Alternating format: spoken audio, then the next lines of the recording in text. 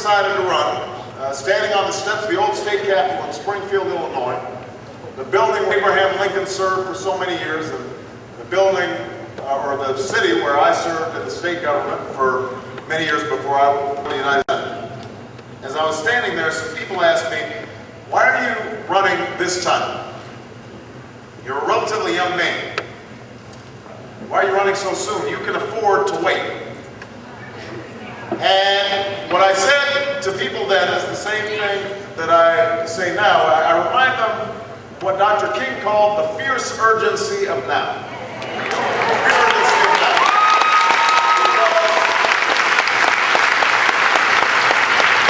Because I believe there's such a thing as being too late. And that hour is almost upon us.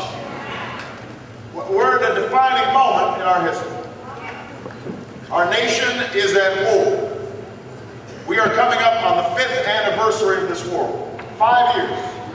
Next week. Longer than World War II. Longer than almost all the wars we've been engaged in. We're now spending $12 billion per month. Spending in Iraq is actually going up, not going down. Our nation's at war, our planet is in peril.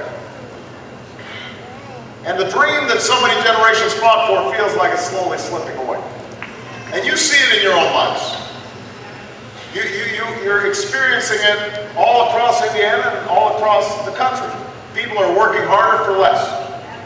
When the economy was doing well, people's wages and incomes were still flatlining. You've never paid more for health care, never paid more for college for your kids, never paid more for gas at the pump.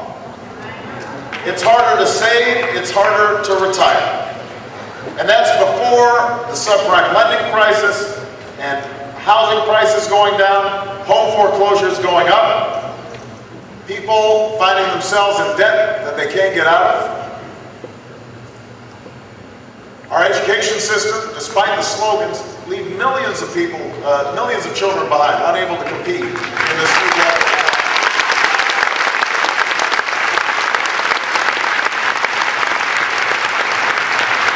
Our healthcare system, despite the fact that we spend more per person on healthcare than any nation on earth, we've got 47 million people without healthcare, and if you've got healthcare, what's happening? Your co-payments, your deductibles, your premiums are all going up.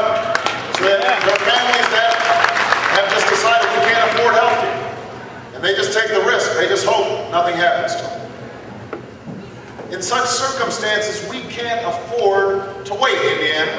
We can't wait to fix our schools. We can't wait to fix our schools. We can't wait to fix our health care system. We can't wait to bring this war in Iraq to an end. We cannot wait jobs and good wages and strengthen our economy for working people in the United States of America. We can't wait.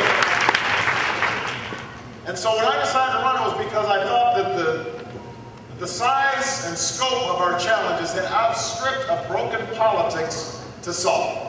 And I believe that the American people were looking for something new. That they were hungry for something different.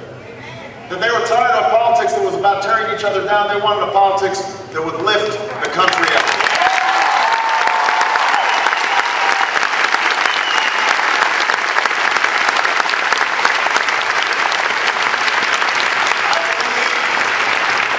I believe the people were looking not just for spin and PR from their politicians, they wanted straight talk and honesty and truthfulness about how we're going to solve our problems. Most of all, I was betting on you, the American people, because some of you know I am not originally from Chicago. I moved to Chicago after college to work as a community organizer with churches who were trying to deal with the devastation of steel plants that had closed.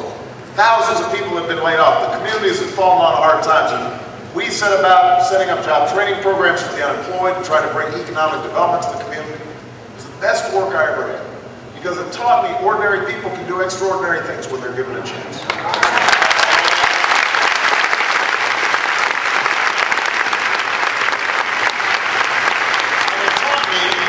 It taught me that change doesn't happen from the top down, it happens from the bottom up. It happens because the American people make it happen.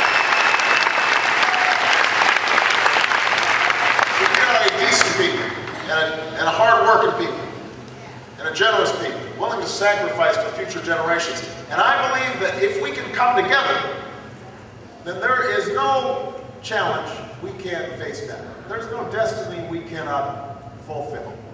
That's the bit I was making. And I'm here to tell you, Indiana, that I'm having run now for 13 months, after crisscrossing the country, talking to hundreds of thousands of people, after shaking tens of thousands of hands, kissing hundreds of babies, getting spit up on my suits, eating hundreds of chicken dinners, I am here to report that the American people